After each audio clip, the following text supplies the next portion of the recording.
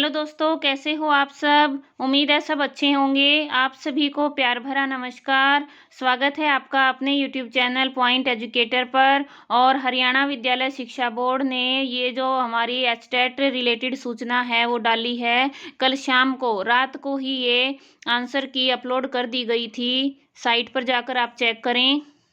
और इसके साथ ही इन्होंने टाइम दिया, आज से स्टार्ट हो जाएंगे हमारे जो क्वेश्चन हैं जिनके बारे में कोई आपको आपत्ति है, ऑब्जेक्शन करना है, तो ये 24 तारीख तक 5:30 बजे तक टाइम रहेगा। तो इसके बाद कोई भी आपत्ति दर्ज नहीं करा सकेंगे, ऑब्जेक्शन नहीं कर सकेंगे। ठीक है। अब ये शुल्क 1000 रुपये है, लेकिन अगर आपकी आपत्ति सही पाई गई तो ये वापस कर दिया जाएगा। क्लियर हुआ। इसके साथ ही आपको बता देती हूँ कि चैनल पर जो मैंने सीडीपी की आंसर की करवाई थी, पीजीटी और पीआरटी लेवल 1 और लेवल 3 की बिल्कुल सही है। आंसर की है वो इससे मैच करती है। मेरे हिसाब से कोई ऑब्जेक्शन नहीं है, लेकिन फिर भी आपको कुछ लगता है तो आप इसमें कमेंट कर सकते हैं। अब बात रही टीजीटी लेवल की, तो टीजीटी लेवल में आंसर की में कुछ डिफरेंट है, अलग है। और उसमें से कुछ क्वेश्चन हैं उनके मेरे पास प्रूफ भी हैं। आप वो क्वेश्चन देखें कि कौन कौन से क्वेश्चन हैं जो डाउटफुल हैं। अब मैं आपको वो बताती हूँ।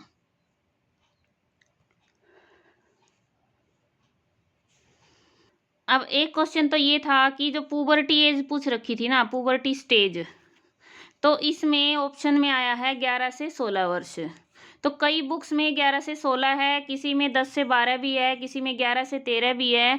तो इसमें ऑब्जेक्शन ये हो सकता है कि दोनों ऑप्शन ठीक माने जा सकते हैं। क्यों? क्योंकि जो एनसीईआरटी की 11th स्टैंडर्ड की बुक है ना, साइकोलॉजी की, उसमें डेवलपमेंटल एक चैप्टर है, और उसमें आप ये पढ़ें कि पुबर्टी की एज है वो फिक्स नहीं होती, ये वेरी करती रहती है। और उसमें ये पूरा दे रखा है कि ये चाइल्डहुड का तो अंत होता है, और उसके बाद जो एडोलेसेंस है उसकी शुरुआत होती है। तो उसमें हम 10 से 12 भी ले सकते हैं और 11 से 16 भी। तो आप एनसीईआरटी की बुक से ये देख सकते हैं, दोनों ऑप्शन राइट हो सकते हैं, यहाँ पर डाउट है।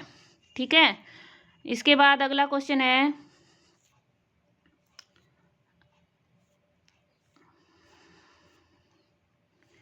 एक क्वेश्चन था ये कि लड़कियां शारीरिक रूप से लड़कों से श्रेष्ठ होती हैं। अब इस प्रकार के क्वेश्चन है ना भाई, ये कोई थ्योरी से तो है नहीं। अब पता नहीं पेपर वाले ने किस उससे टॉपिक से, यानी किस राइटर की बुक से उठाया है।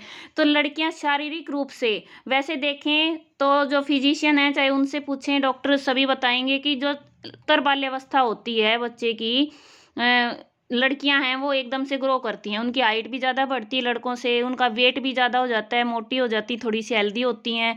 तो उत्तर बाल्यावस्था में वो शारीरिक रूप से स्ट्रोंग होती हैं। लेकिन अगर दूसरे पक्ष से देखें तो एडोलेसेंस में लड़कियां हैं वो, जैसे ये कह देते हैं भाई शादी की उम्र हो गई है, लड़कियां ज़्यादा मैच्योर हो जाती हैं। ठीक है। तो मैच्योरिटी को देखें तो किशोरावस्था आएगी, लेकिन वेट और हाइट को देखें तो उत्तर बाल्यावस्था आएगी। तो इसके लिए अगर किसी के पास कोई प्रूफ है तो आप लगा सकते हैं। ठीक है। अगला है ये, इसमें क्या था कि क्वेश्चन नंबर 16, व्यक्ति तो जन्मजात और अर्जित प्रवृत्तियों का योग है। इसमें जो आंसर की में थर्ड ऑप्शन दिया है, लेकिन ये है मार्टिन प्रिंस की स्टेटमेंट, उन्होंने कहा है ये। तो स्टेटमेंट तो जो कहेगा उसी की तो मानी जाएगी। तो इसका ऑब्जेक्शन आप लगा सकते हैं। गूगल पर सर्च करेंगे तो उसमें भी आ जाएगा, आप कहीं से दे दें, क्योंकि ये तो क्वेश्चन वैसे ही सही है, जिसने जो बात कही है उसी की मानी जाएगी। तो ये डेफिनेशन मार्टिन प्रिंस की है। ठीक है। अगला है, अब ये जो क्वेश्चन नंबर 18 है, ये देखो, ये लास्ट ईयर 2020 में भी पीजीटी लेवल पे सेम क्वेश्चन आया हुआ है। उसमें पूछा था कि अंतर्मुखी की विशेषता नहीं है। ठीक है, नहीं है पूछा था, इसमें पूछा है। तो ये जो सेकंड और थर्ड दोनों ऑप्शन है ना, ये दोनों उसमें विशेषता दे रखे थे, तो ये दोनों ही ऑप्शन राइट होंगे। तो आप इसमें एचटेट 2020 पीजीटी लेवल का क्वेश्चन है उसका हवाला दे सकते हैं कि वहाँ पर ये विशेषता दे रखी थी। ठीक है। तो ऑप्शन 2 और 3 दोनों ही राइट होंगे यहाँ पे। इसके बाद है हमारा हाँ, एक ये क्वेश्चन है भाई, इसमें मुझे ये थ्योरी है ये नहीं मिल रही, अगर किसी के पास हो तो आप देख लेना।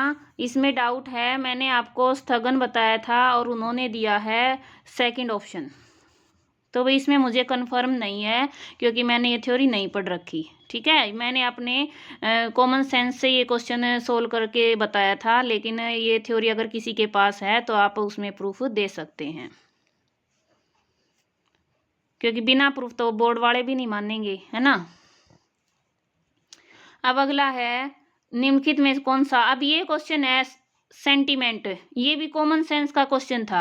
अब पेपर सेट करने वाले ने किस उद्देश्य से कैसे बनाया है, कैसे आंसर की दी है, वो उसके अकॉर्डिंग है। इसमें बोर्ड ने दी है सेकंड, कि भावनाएं जन्मजात होती हैं, ये गलत है। ठीक है, लेकिन मैंने ये बताया था भाई जानवरों में भी भावनाएं होती हैं, इन्होंने कहा था नहीं होती, तो इसमें भी डाउट है।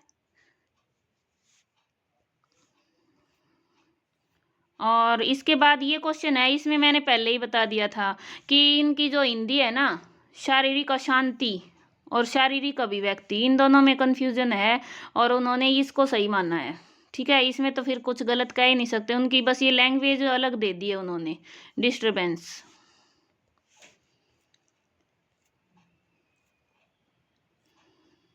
और इसके बाद कोई है और नहीं है। तो इस तरह से इतने सारे क्वेश्चन हैं, इनमें मैंने 3-4 के तो आपको बता दिया है कि भाई इनमें आप ऑब्जेक्शन दे सकते हैं। बाकी आपके पास अगर कोई प्रूफ है तो आप शेयर करें एक दूसरे के साथ, और मैंने आपको लिंक ये भी बता दिया कि कहाँ से क्या ऑब्जेक्शन आप लगा सकते हैं। एनसीईआरटी की बुक का है और साथ में पिछले ईयर का पेपर है, उसमें से लगा सकते हैं। ठीक है, और इसके बाद जो कॉमन पार्ट है हिंदी, इंग्लिश, मैथ्स, रीजनिंग, उनमें भी किसी को डाउट है किसी भी लेवल पे तो आप शेयर करें। अगर मैं वो डाउट आपका क्लियर कर पाई तो मुझे बहुत खुशी होगी। Thanks for watching. और अगर चैनल पर नए हैं तो जुड़े रहें, चैनल को सब्सक्राइब करें, क्योंकि अब जो एचटेट के कॉमन पार्ट का पेपर आया था उसको हम डीप एनालाइज के द्वारा करेंगे। आपका दिन शुभ।